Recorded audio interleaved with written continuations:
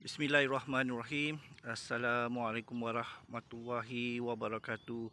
Alhamdulillah dapat kita jumpa lagi pada video yang baru ataupun episod yang baru sambungan kepada tanaman serai yang sedang saya usahakan. Sebenarnya saya dah pindahkan ada dalam beberapa anak serai dari polybag ke tanah seperti ini sekarang ni. Saya dah buat satu demi satu.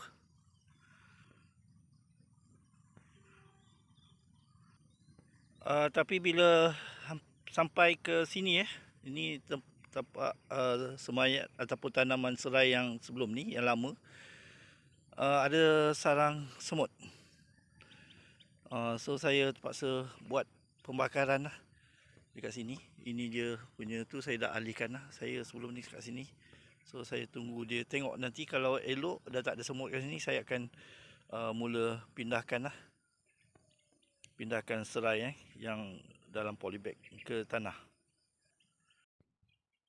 Lubang yang ada semut, sarang semut sebelum ni, saya dah letakkan serai yang dalam polybag. Saya dah pindahkan ke sini. So saya rasa insyaAllah lah, kita cuba tengok perkembangan dia.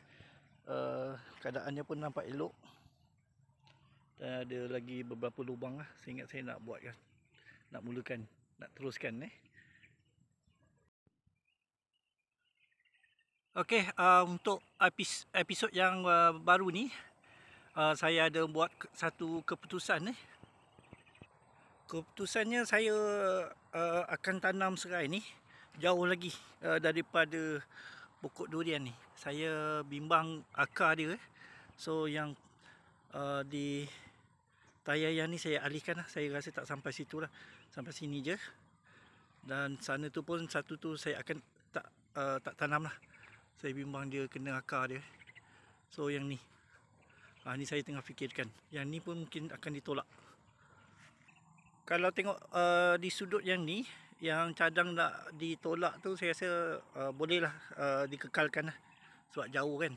Sini pun nanti ada satu dan ada satu lagi. Yang ni baris lah. Kalau saya jumpa akar durian tu, saya rasa saya akan stop lah.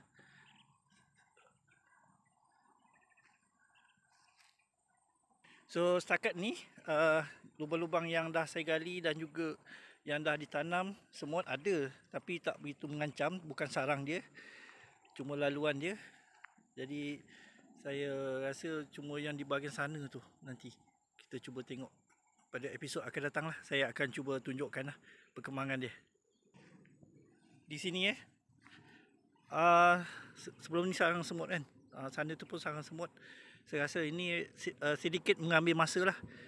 So apa pun saya rasa kalau dekat sini pun mungkin tak sampai 10 lubang So dia tidak mengganggu lah matlamat saya untuk tanam serai di sini.